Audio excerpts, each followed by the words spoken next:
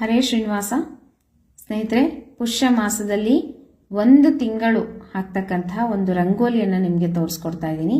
ಈ ರಂಗೋಲಿ ಶಿಂಶುಮಾರ ರೂಪಿ ಪರಮಾತ್ಮನ ರಂಗೋಲಿ. ಈ ರಂಗೋಲಿಯನ್ನ ಡಿಸೆಂಬರ್ 20ನೇ ತಾರೀಕು ಶನಿವಾರ ಪುಷ್ಯ ಮಾಸದ ಪಾಡ್ಯ ಅವತ್ತಿನ ದಿನದಿಂದ ಜನವರಿ 18 ಅಮಾವಾಸ್ಯೆ ಇದೆ ಅಲ್ಲಿ ತನಕನೂ ಒಂದು ತಿಂಗಳು ಈ ರಂಗೋಲಿಯನ್ನ ಪ್ರತಿನಿತ್ಯವಾಗಿ ದೇವರ ಮುಂದೆ ಹಾಕೋಬೇಕು. ಶಿಂಶುಮಾರ ರೂಪಿ ಪರಮಾತ್ಮನ ರಂಗೋಲಿಯನ್ನ ಯಾಕೆ ಹಾಕಬೇಕು, ಈ ರಂಗೋಲಿಯ ವಿಶೇಷತೆಗಳೇನು, ಮತ್ತೆ ಈ ರಂಗೋಲಿಯನ್ನ ಹೇಗೆ ಹಾಕಬೇಕು ಅಂತ ನಿಮ್ಗೆ ಈಗ ತಿಳಿಸ್ತಾ ಹೋಗ್ತೀನಿ. ಬನ್ನಿ ಸ್ನೇಹಿತರೆ, ನೋಡೋಣಂತೆ. ಮೊದಲಿಗೆ ರಂಗೋಲಿ ಹೇಗೆ ಹಾಕೋದು ಅಂತ ತಿಳಿಸ್ಬಿಡ್ತೀನಿ, ಹಾಗೇನೆ ಅದರ ವಿಶೇಷತೆಗಳನ್ನು ಸಹ ನಿಮ್ಗೆ ಹೇಳ್ತಾ ಹೋಗ್ತೀನಂತೆ. ಮೊದಲಿಗೆ ಶ್ರೀಕಾರವನ್ನ ಬರ್ಕೋಬೇಕು, ನಂತರ ಈ ರೀತಿಯಾಗಿ ಹಾಕಬೇಕು.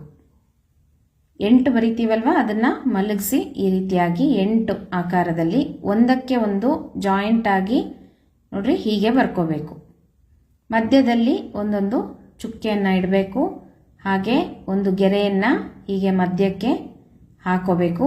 ಸ್ವಲ್ಪ ಉದ್ದನಾಗಿ ಮೇಲಕ್ಕೆ ಹೋಗೋ ತರ ಗೆರೆಯನ್ನ ಹಾಕೊಳ್ರಿ. ಕೆಳಗಡೆ ಈ ರೀತಿಯಾಗಿ ಚೇಳಿನ ಮುಖವನ್ನ ಮಾಡಬೇಕು. 2 ಕಣ್ಣುಗಳನ್ನ ಬರಿಬೇಕು. ಹೀಗೆ ಚೇಳಿನ ಮುಖ ಕೆಳಗಡೆ ಇರೋ ತರ ಹಾಗೆ ಬರ್ಕೋಬೇಕು. ನಂತರ ಇದಕ್ಕೆ ಹೀಗೆ ಈ ರೀತಿಯಾಗಿ ಹಾಕಬೇಕು. ಮಧ್ಯದಲ್ಲಿ ಗೆರೆಗಳನ್ನ ಹಾಕ್ತಾ ಹೋಗ್ಬೇಕು. ನೋಡ್ರಿ, 7 ಗೆರೆಗಳನ್ನ ಹಾಕಬೇಕು. 7 ಲೋಕಗಳು ಅಂತ 7 ಗೆರೆಗಳನ್ನ ಈ ರೀತಿಯಾಗಿ ಹಾಕಬೇಕು. ಮತ್ತೆ ಇಲ್ಲಿ ಈ ರೀತಿಯಾಗಿ ಸೊಂಡಿಲಿನ ಆಕಾರದಲ್ಲಿ ಹಾಕಬೇಕು. ಚೇಳಿಗೆ ಕೊಂಡಿಗಳಿರುತ್ತಲ್ಲ, ಆ ರೀತಿಯಾಗಿ ಹೀಗೆ 4 ಹಾಕಬೇಕು. ಇಲ್ಲಿ ಮಧ್ಯದಲ್ಲಿ 1.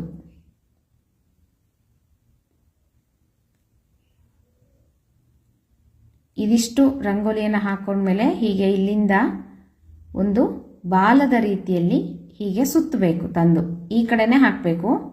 ಇಲ್ಲಿ 27 ಚುಕ್ಕೆಗಳನ್ನ ಇಡಬೇಕು. ಹೀಗೆ ಆ ಕಡೆ ಈ ಕಡೆ ಕೌಂಟ್ ಮಾಡಿಕೊಂಡು 27 ಚುಕ್ಕೆ ಬಂದಿರಬೇಕು. ಇದು 27 ನಕ್ಷತ್ರಗಳು ಅಂತ ನೋಡ್ರಿ. ಹೀಗೆ ಒಟ್ಟಿನಲ್ಲಿ 27 ಚುಕ್ಕೆ ಇಲ್ಲಿ ತನಕ ಬರಬೇಕು. ಹೀಗೆ 27 ನಕ್ಷತ್ರಗಳನ್ನ ಅಂದ್ರೆ ಚುಕ್ಕೆಗಳ ರೀತಿಯಲ್ಲಿ ಇಡಬೇಕು. ನಂತರ ಇಲ್ಲಿ 3 ಚುಕ್ಕೆಗಳನ್ನ ಹೀಗೆ ಇಡಬೇಕು. ನಾನು ಎಲ್ಲೆಲ್ಲಿ ಚುಕ್ಕೆಗಳನ್ನ ಇಟ್ಟಿರ್ತೀನೋ ಅಲ್ಲೆಲ್ಲೇ ಇಡಬೇಕು. ಇಲ್ಲಿ ಸಪ್ತ ಋಷಿಗಳು ಅಂದ್ಬಿಟ್ಟು ಹೀಗೆ ಮಧ್ಯದಲ್ಲಿ 1 ಇಟ್ಬಿಟ್ಟು ಸುತ್ತು 7 ಚುಕ್ಕೆಗಳನ್ನ ಇಡಬೇಕು. ನಂತರ ಈ ಕಡೆ 4 ಚುಕ್ಕೆಗಳನ್ನ ಇಟ್ಕೋಬೇಕು. ಇದಿಷ್ಟು ಚೇಳಿನ ಆಕಾರ ಅಂದ್ರೆ ಶಿಂಶುಮಾರ ರೂಪಿ ಭಗವಂತನ ಒಂದು ರಂಗೋಲಿ. ತುಂಬಾ ಸಿಂಪಲ್ ಆದ ರಂಗೋಲಿ, ಈಸಿಯಾಗಿ ದಿನನಿತ್ಯವಾಗಿ ಹಾಕೋಬಹುದು. ಹೀಗೆ ರಂಗೋಲಿಯನ್ನ ಹಾಕೊಂಡು ಅರಶಿನ ಕುಂಕುಮವನ್ನ ಏರಿಸಿ ಒಂದು ತುಪ್ಪದ ದೀಪವನ್ನ ಹಚ್ಚಿಡಬೇಕು. ಈ ರೀತಿ ಪುಷ್ಯ ಮಾಸ ಒಂದು ತಿಂಗಳು ಈ ರಂಗೋಲಿಯನ್ನ ಹಾಕೋದ್ರಿಂದ ನಮಗೆ ಗೊತ್ತಿಲ್ಲದೇನೆ ನಮ್ಮ ದೇಹದಲ್ಲಿ ಯಾವುದಾದ್ರೂ ವಿಷ ಪದಾರ್ಥ ಸೇರ್ಕೊಂಡಿದ್ರೆ ಅದು ತೊಲಗಿ ಹೋಗುತ್ತೆ ಅಂತ, ಅಷ್ಟು ಒಂದು ಶಕ್ತಿ ಈ ರಂಗೋಲಿಗಿದೆ. ಈ ರಂಗೋಲಿಯ ವಿಶೇಷತೆಗಳನ್ನ ನೋಡೋಣ ಬನ್ನಿ ಸ್ನೇಹಿತರೆ. ಈಗ ಇಲ್ಲಿಂದ ಪ್ರಾರಂಭ ಮಾಡೋಣ. ಇದು ವಿಷ್ಣು ಕೂರ್ಮ ಅಂತ ಕರಿತೀವಿ. ಇದರ ಮೇಲ್ಗಡೆ ಒಂದಿದೆಯಲ್ಲ, ಇದೇ ಥರದ್ದೇ ಮೇಲ್ಗಡೆ ಒಂದು ಬರ್ದಿದೀವಿ. ಇದನ್ನ ವಾಯುಕೂರ್ಮ ಅಂತ ಕರೆಯೋದು. ಇದು ವಿಷ್ಣು ಕೂರ್ಮ, ಇದು ವಾಯುಕೂರ್ಮ. ಆಮೇಲೆ ಇದು ಮುಖ, ಚೇಳಿನ ಮುಖ. ಆಯ್ತಾ. ಈ ಮಧ್ಯದಲ್ಲಿ ಒಂದು ಗೆರೆಯನ್ನು ಎಳೆದಿದ್ದೀವಲ್ಲ, ಅದು ಸೂತ್ರ. ಆಮೇಲೆ ಇಲ್ಲಿ ಮೇಲ್ಗಡೆ ಒಂದು ಈ ರೀತಿಯಾಗಿ ಬರ್ದಿದ್ದೀವಲ್ಲ, ಇದಕ್ಕೆ ಬ್ರಹ್ಮಾಂಡ ಅಂತ ಕರೆಯೋದು. ಈ ಬ್ರಹ್ಮಾಂಡದೊಳಗೆ 7 ಗೆರೆಗಳನ್ನ ಎಳೆದಿದ್ದೀವಿ. ಇದು 7 ಲೋಕಗಳು. ಯಾವ್ದ್ಯಾವ್ದು 7 ಲೋಕಗಳು? ಅತಳ, ವಿತಳ, ಪಾತಾಳ, ಸುತಳ, ತಳಾತಳ, ರಸಾತಳ, ಮಹಾತಳ. ಇದಿಷ್ಟು 7 ಲೋಕಗಳು ಇಲ್ಲಿ ಬರುತ್ತೆ. ನಂತರ ಮುಂದುವರಿಸಿ ಹಾಗೇನೆ ಒಂದು ಬಾಲದ ರೀತಿಯಲ್ಲಿ ಮಾಡಿ ಮೇಲ್ಗಡೆ ಕೊಂಡಿಯ ತರ ಸುತ್ತಿದೀವಲ್ವಾ, ಅದಕ್ಕೆ 27 ನಕ್ಷತ್ರಗಳ ರೀತಿಯಲ್ಲಿ ಚುಕ್ಕೆಗಳನ್ನ ಇಟ್ಟಿದ್ದೀವಿ. ಹಾಗೆ ಚುಕ್ಕೆಗಳನ್ನ ಇಡುವಾಗ 27 ನಕ್ಷತ್ರಗಳನ್ನ ಸ್ಮರಣೆ ಮಾಡ್ತಾ ಅವುಗಳ ಹೆಸರುಗಳನ್ನ ಹೇಳಿ ಚುಕ್ಕೆಗಳನ್ನ ಇಟ್ರೆ ನರಕ ಪ್ರಾಪ್ತಿ ಆಗೋದಿಲ್ಲ ಅಂತ ಹೇಳ್ತಾರೆ. ಹಾಗಾಗಿ 27 ನಕ್ಷತ್ರಗಳನ್ನ ಸ್ಮರಣೆ ಮಾಡಬೇಕು. ಅಶ್ವಿನಿ, ಭರಣಿ, ಕೃತಿಕಾ, ರೋಹಿಣಿ, ಮೃಗಶಿರ, ಆರ್ದ್ರ, ಪುನರ್ವಸು, ಪುಷ್ಯ, ಆಶ್ಲೇಷ, ಮಘ, ಪುಬ್ಬ, ಉತ್ತರ, ಹಸ್ತ, ಚಿತ್ತ, ಸ್ವಾತಿ, ವಿಶಾಖ, ಅನುರಾಧ, ಜ್ಯೇಷ್ಠ, ಮೂಲ, ಪೂರ್ವಾಷಾಢ, ಉತ್ತರಾಷಾಢ, ಶ್ರವಣ, ಧನಿಷ್ಠ, ಶತಭಿಷ, ಪೂರ್ವಭಾದ್ರ, ಉತ್ತರಭಾದ್ರ, ರೇವತಿ. ಹೀಗೆ 27 ನಕ್ಷತ್ರಗಳ ಸ್ಮರಣೆ ಮಾಡ್ತಾ ಚುಕ್ಕೆಗಳನ್ನ ಇಟ್ರೆ ನರಕ ಪ್ರಾಪ್ತಿ ಆಗೋದಿಲ್ಲ ಅಂತ ಹೇಳ್ತಾರೆ. ಆಮೇಲೆ ಆ ಕೊಂಡಿಯ ಒಂದು ತುದಿಯಲ್ಲಿ 3 ಚುಕ್ಕೆಗಳನ್ನ ಇಟ್ಟಿದೀವಿ. ಆ 3 ಚುಕ್ಕೆಗಳು ಏನು ಅಂತಂದ್ರೆ ಧ್ರುವರಾಜರು ಅಂತ ಹೇಳ್ತೀವಿ. ನಂತರ ಸ್ವಲ್ಪ ಕೆಳಗಡೆ 7 ಚುಕ್ಕೆಗಳನ್ನ ಇಟ್ಟಿದೀವಿ. ಅವರು ಯಾರು ಅಂತಂದ್ರೆ ಸಪ್ತ ಋಷಿಗಳು. ಸಪ್ತ ಋಷಿ ಮಂಡಲ ಅಂತ ಹೇಳ್ತೀವಲ್ವಾ, ಹಾಗೆ 7 ಜನ ಋಷಿಗಳು. ಇದಿಷ್ಟು ಆದ್ಮೇಲೆ ಈ ಕಡೆ ಪಕ್ಕದಲ್ಲಿ 4 ಚುಕ್ಕೆ ಇಟ್ಟಿದೀವಿ. ಇವರು ಧಾತೃ ವಿಧಾತೃ ಅಂತ ಕರಿತೀವಿ. ಯಾರಿವರು ಧಾತೃ ವಿಧಾತೃಗಳು ಅಂದ್ರೆ, ಧಾತೃ ಅಂತಂದ್ರೆ ಈಗಾಗಲೇ ಸಾಧನೆಯನ್ನ ಮಾಡಿ ಮುಕ್ತಿಯನ್ನ ಹೊಂದಿದಂತಹ ಬ್ರಹ್ಮವಾಯುದೇವರು. ವಿಧಾತೃ ಅಂತಂದ್ರೆ ಸಾಧನೆಯನ್ನ ಮಾಡ್ತಾ ಇರುವಂತಹ ಬ್ರಹ್ಮವಾಯುದೇವರುಗಳು. ಈ ರೀತಿ 4 ಚುಕ್ಕೆಗಳನ್ನ ಇಟ್ಟಿದ್ದೀವಿ. ಈಗ ಕೊನೆಯದಾಗಿ ಇದೇನಪ್ಪ ಅಂತ ನೀವು ಕೇಳ್ಬೋದು. ಇದು 4 ಆನೆಗಳು ಅಂತ ಹೇಳ್ತೀವಿ. ಅಂದ್ರೆ ಅಂಬಷ್ಟ ಅಂತ ಹೇಳ್ತಾರೆ. 4 ಆನೆಗಳು ಅಂತ ಕರೆಯೋದು. ಈಗ ಇದಿಷ್ಟು ಶಿಂಶುಮಾರ ರೂಪಿ ಪರಮಾತ್ಮನ ಒಂದು ರಂಗೋಲಿ ಹೇಗೆ ಹಾಕಬೇಕು, ಇದರ ವಿಶೇಷತೆಗಳೇನು, ಹೆಸರುಗಳು ಸಹ ನಿಮಗೆ ತಿಳಿಸ್ಕೊಟ್ಟಿದ್ದೀನಿ. ಇನ್ನು ಈ ರಂಗೋಲಿಯನ್ನು ನಾವು ಯಾಕೆ ಹಾಕಬೇಕು ಈ ಒಂದು ಪುಷ್ಯ ಮಾಸದಲ್ಲಿ ಅಂತ ತಿಳಿಸ್ತೀನಿ. ಹಾಗೇನೆ ಈ ರಂಗೋಲಿಯನ್ನು ಹಾಕೊಂಡು ಒಂದು ಮಂತ್ರವನ್ನು ಸಹ ಹೇಳ್ಕೋಬೇಕು ದಿನನಿತ್ಯವಾಗಿ. ಆ ಮಂತ್ರವನ್ನು ಸಹ ನಿಮಗೆ ತಿಳಿಸ್ಕೊಡ್ತೀನಂತೆ.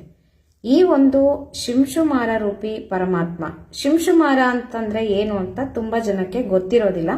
ಮೊದಲು ನಾನು ಆ ವಿಷಯವನ್ನ ತಿಳಿಸ್ಬಿಡ್ತೀನಂತೆ. ಶಿಂಶುಮಾರ ಅಂತಂದ್ರೆ ಭಗವಂತನ ಒಂದು ರೂಪ, ಚೇಳಿನ ಆಕಾರದ ಪರಮಾತ್ಮನ ರೂಪ.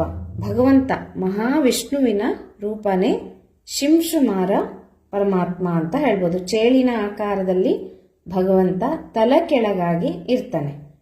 ಹಾಗಾಗಿ ಈ ಒಂದು ಭಗವಂತನ ಚಿಂತನೆ ಮಾಡೋದ್ರಿಂದ, ಅಂದ್ರೆ ಶಿಂಶುಮಾರ ಅಂತಂದ್ರೆ ಸುಖ, ಜ್ಞಾನ, ಪೂರ್ಣ ರೂಪ. ಯಾರು ಪರಮಾತ್ಮನನ್ನ ಜ್ಞಾನಾನಂದಮಯ ಅಂತ ತಿಳಿದು ಅರ್ಚನೆಯನ್ನ ಮಾಡ್ತಾರೋ, ಚಿಂತನೆಯನ್ನ ಮಾಡಿ ಭಗವಂತನ ಸ್ಮರಣೆಯನ್ನ ಮಾಡ್ತಾರೋ, ಅವರ ಪಾಪಗಳನ್ನ ನಾಶ ಮಾಡಿ ಅವರನ್ನ ಉದ್ಧಾರ ಮಾಡುವಂಥ ಭಗವಂತನ ರೂಪ ಈ ಒಂದು ಶಿಂಶುಮಾರ ಪರಮಾತ್ಮ. ಹಾಗೆ ನಾವು ಭಗವಂತ ಸುಖ ಕೊಡುವಂತಹ ಮತ್ತೆ ಜ್ಞಾನಪೂರ್ಣ ರೂಪವಾದಂತಹ ಭಗವಂತ ಅಂತ ನಾವು ಯಾವಾಗಲೂ ಭಗವಂತನನ್ನ ಚಿಂತನೆ ಮಾಡಬೇಕು. ಈ ರೀತಿ ಚೇಳಿನ ಆಕಾರದಲ್ಲಿ ನಾವು ಈ ಒಂದು ಪುಷ್ಯ ಮಾಸದಲ್ಲಿ ಭಗವಂತನ ಚಿಂತನೆ ಮಾಡ್ತಾ ಈ ರಂಗೋಲಿಯನ್ನ ಹಾಕೋದ್ರಿಂದ ನಮ್ಮ ದೇಹದಲ್ಲಿ ಯಾವುದೋ ಒಂದು ರೀತಿಯಿಂದ ಸ್ವಲ್ಪ ಮಟ್ಟಿಗೆ ವಿಷಕಾರಕ ಅಂಶ ಸೇರ್ಕೊಂಡಿರುತ್ತೆ ಅಲ್ವಾ. ನಾವು ತಿನ್ನುವಂತಹ ಆಹಾರದಲ್ಲಿ, ಗಾಳಿಯಿಂದ ಆಗಿರ್ಬೋದು, ಹೀಗೆ ನಮ್ಮ ದೇಹದಲ್ಲಿ ಸೇರಿರುವಂತಹ ವಿಷಕಾರಕ ಅಂಶವನ್ನ ತೆಗೆದುಹಾಕುವಂತಹ ಶಕ್ತಿ ಈ ರಂಗೋಲಿಗೆ ಇದೆ.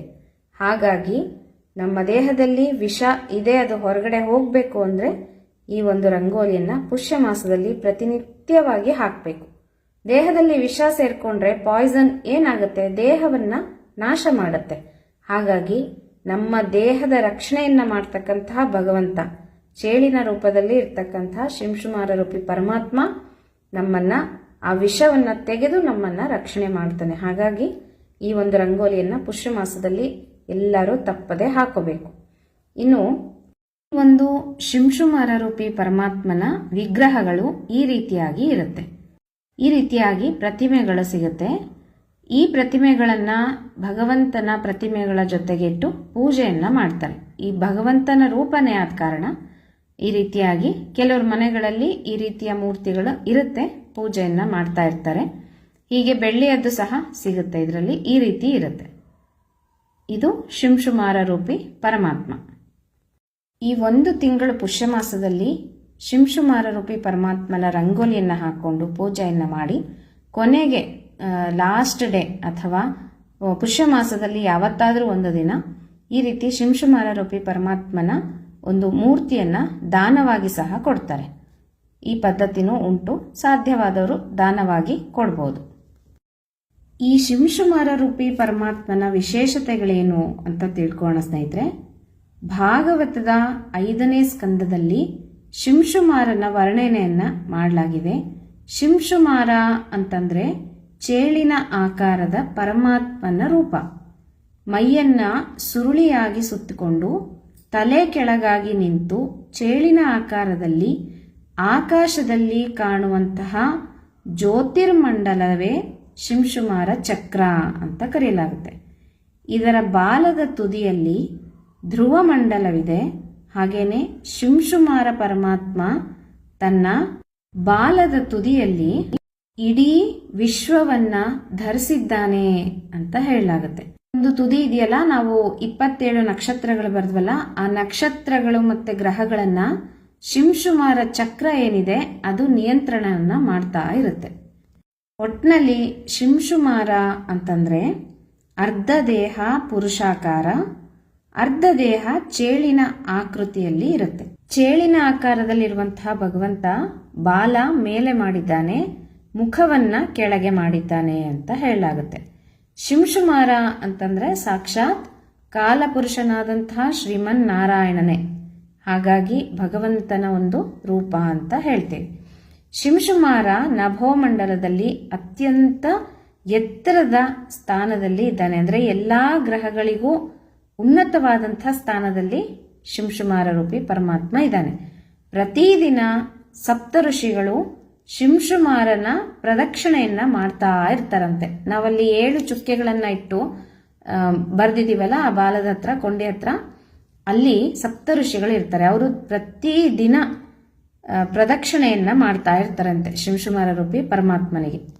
ಈಗ ನಾವು ಲಕ್ಷ್ಮೀ ಶೋಭಾನವನ್ನ ಹೇಳುವಾಗ ಹೇಳ್ತೀವಲ್ವಾ, ಎಲ್ಲರ ಆಯುಷ್ಯವ ಶಿಂಶುಮಾರ ದೇವ ಸಲ್ಲೀಲೆಯಿಂದ ತೊಲಗಿಸುವ ಒಲ್ಲೆ ನಾನಿವರ ನಿತ್ಯ ಮುತ್ತೈದೆ ಎಂದು ಬಲ್ಲವರನ್ನ ಭಜಿಸುವರು ಅಂತ ಲಕ್ಷ್ಮೀದೇವಿ ಹೀಗೆ ಹೇಳಿದಾಳೆ. ಇದರ ಅರ್ಥ ಏನು ಅಂತಂದ್ರೆ, ಬ್ರಹ್ಮಾದಿ ಸಕಲ ದೇವತೆಗಳ ಆಯುಷ್ಯನು ಶಾಶ್ವತವಲ್ಲ, ಎಲ್ಲರಿಗೂ ಮರಣ ಇದೆ, ಅವರ್ಯಾರೂ ನನಗೆ ಬೇಡ ಅಂತ ಹೇಳಿ ಲಕ್ಷ್ಮೀದೇವಿ ಹೇಳಿದಾಳೆ. ಹಾಗಾಗಿ ಭಗವಂತನಿಗೆ ಹುಟ್ಟು ಸಾವುಗಳಿಲ್ಲ. ಬ್ರಹ್ಮಾದಿ ಎಲ್ಲಾ ಸಕಲ ದೇವತೆಗಳಿಗೂ ಮರಣ ಇದೆ, ಭಗವಂತನಿಗಿಲ್ಲ. ಅದಕ್ಕೋಸ್ಕರ ನನಗೆ ಅವ್ರು ಯಾರು ಬೇಡ ಅಂತ ಹೇಳಿ ಲಕ್ಷ್ಮೀದೇವಿ ಲಕ್ಷ್ಮೀ ಶೋಭಾನದಲ್ಲಿ ಹೇಳಿದಾಳೆ. ಶ್ರೀಹರಿ ಮತ್ತೆ ಮಹಾಲಕ್ಷ್ಮಿ ಇಬ್ರು ಅನಾದಿ ನಿತ್ಯರು, ಅಂದ್ರೆ ನಿತ್ಯ ಮುಕ್ತರು ಅಂತ ಹೇಳ್ತೀವಿ. ಅವರಿಗೆ ಕಾಲ ಬಂಧಗಳಿಲ್ಲ, ಎಂದಿಗೂ ಪತಿಯ ವಿಯೋಗವಿಲ್ಲದೆ ನಿತ್ಯ ಮುಕ್ತಳಾಗಿ ನಿತ್ಯ ಮುತ್ತೈದೆಯಾಗಿ ಇರುವುದರಿಂದ ನಾನು ಇವರನ್ನ ಒಲ್ಲೆ ಅಂತ ಹೇಳಿ ಲಕ್ಷ್ಮೀದೇವಿ ಲಕ್ಷ್ಮೀ ಶೋಭಾನದಲ್ಲಿ ತಿಳಿಸಿದಾಳೆ. ವಲ್ಲವರನ್ನ ಭಜಿಸುವರು ಅಂತ ಹೇಳಿದಾಳೆ. ಅಂದ್ರೆ ಹಾಗೆ ಅಂತ ತಿಳಿದು ನನ್ನನ್ನ ಯಾರು ಭಜಿಸ್ತಾರೋ, ನನ್ನನ್ನ ಯಾರು ಆರಾಧನೆಯನ್ನ ಮಾಡ್ತಾರೋ ಅವರು ಜ್ಞಾನಿಗಳು, ಋಷಿಗಳು ಅಂತ ಹೇಳಿದಾಳೆ. ಇಷ್ಟು ವಿಶೇಷವಾದಂತಹ ಭಗವಂತನ ರೂಪ ಶಿಂಶುಮಾರ ರೂಪಿ ಪರಮಾತ್ಮ. ಹಾಗಾಗಿ ಈ ಒಂದು ಪುಷ್ಯ ಮಾಸದಲ್ಲಿ ಈ ರಂಗೋಲಿಯನ್ನು ಹಾಕೋದ್ರಿಂದ ಆರೋಗ್ಯ, ಆಯುಷು ಎಲ್ಲನೂ ವೃದ್ಧಿಯಾಗುತ್ತೆ, ಭಗವಂತನ ಅನುಗ್ರಹ ನಮಗೆ ಸಿಗುತ್ತೆ. ಇಷ್ಟೊಂದು ವಿಶೇಷವಾದಂತಹ ರಂಗೋಲಿ ಶಿಂಶುಮಾರ ರೂಪಿ ಪರಮಾತ್ಮನ ರಂಗೋಲಿ. ಈ ರಂಗೋಲಿಯನ್ನ ಪುಷ್ಯ ಮಾಸದಲ್ಲಿ ಪ್ರತಿನಿತ್ಯ ಹಾಕೊಂಡು ಪೂಜೆಯನ್ನ ಮಾಡಿಕೊಂಡು ತುಪ್ಪದ ದೀಪವನ್ನ ಹಚ್ಚಿಟ್ಟು ಒಂದು ಮಂತ್ರವನ್ನ ಹೇಳ್ತೀನಿ, ಅದನ್ನ ಪ್ರತಿನಿತ್ಯನೂ ಹೇಳ್ಕೋಬೇಕು. ಮಂತ್ರ ಹೀಗಿದೆ: ನಮೋ ಜ್ಯೋತಿರ್ಲೋಕಾಯ ಕಾಲಾಯನಾಯ ನಿಮಿಷಾಂ ಪತಯೇ ಮಹಾಪುರುಷಾಯ ಧೀಮಹಿ ಅಂತ ಬರುತ್ತೆ. ಇನ್ನೊಮ್ಮೆ ಹೇಳ್ತೀನಿ: ನಮೋ ಜ್ಯೋತಿರ್ಲೋಕಾಯ ಕಾಲಾಯನಾಯ ನಿಮಿಷಾಂ ಪತಯೇ ಮಹಾಪುರುಷಾಯ ಧೀಮಹಿ ಅಂತ ಹೇಳ್ಕೋಬೇಕು. ಇಲ್ಲಿ ಕಾಲಾಯನಾಯ ಅಂತಂದ್ರೆ ಏನು ಅಂತ ನೋಡೋಣ ಸ್ನೇಹಿತರೆ. ಕಾಲಾಯನಾಯ ಅಂತಂದ್ರೆ ಕಾಲ ನಿಯಾಮಕತ್ವವನ್ನ ಗಮನದಲ್ಲಿಟ್ಟುಕೊಂಡು ಎಲ್ಲರ ಆಯುಷ್ಯಕ್ಕೂ ಶಿಂಶುಮಾರ ನಿಯಾಮಕನಾಗಿದ್ದಾನೆ ಅಂತ ಅರ್ಥ. ಅಂದ್ರೆ ನಮ್ಮ ಆಯುಷ್ಯವನ್ನ ನಿಯಂತ್ರಣ ಮಾಡ್ತಕ್ಕಂಥವನು ಶಿಂಶುಮಾರ ರೂಪಿ ಪರಮಾತ್ಮ. ಹಾಗಾಗಿ ನಾವು ಕಾಲಾಯನಾಯ ಅಂತ ಕರಿತೀವಿ. ಈ ಮಂತ್ರದಲ್ಲಿ ಬಂದಿದೆ. ಇದು ತುಂಬ ವಿಶೇಷವಾದಂಥ ಮಂತ್ರ. ತಪ್ಪದೇ ಹೇಳ್ಕೊಳ್ರಿ. ನಮ್ಮ ಆಯುಷು, ಆರೋಗ್ಯ ಎಲ್ಲವನ್ನ ಭಗವಂತ ನಿಯಂತ್ರಣ ಮಾಡ್ತಾನೆ. ಹಾಗಾಗಿ ಎಲ್ಲರ ಆಯುಷು ಗಟ್ಟಿಯಾಗಿರಬೇಕು, ಎಲ್ಲರ ಆರೋಗ್ಯ ಭಾಗ್ಯನೂ ಚೆನ್ನಾಗಿರಬೇಕು. ಪ್ರತಿನಿತ್ಯ ಪುಷ್ಯ ಮಾಸದಲ್ಲಿ ಈ ರಂಗೋಲಿಯನ್ನು ಹಾಕೊಳ್ರಿ ಅಂತ ಹೇಳ್ತಾ ಈ ಮಂತ್ರವನ್ನು ಸಹ ಎಲ್ಲರೂ ಹೇಳ್ಕೊಳ್ರಿ. ಮತ್ತೆ ಮುಂದಿನ ವಿಡಿಯೋ ಒಟ್ಟಿಗೆ ಸಿಗ್ತೀನಿ ಸ್ನೇಹಿತರೆ. ಹರೇ ಶ್ರೀನಿವಾಸ.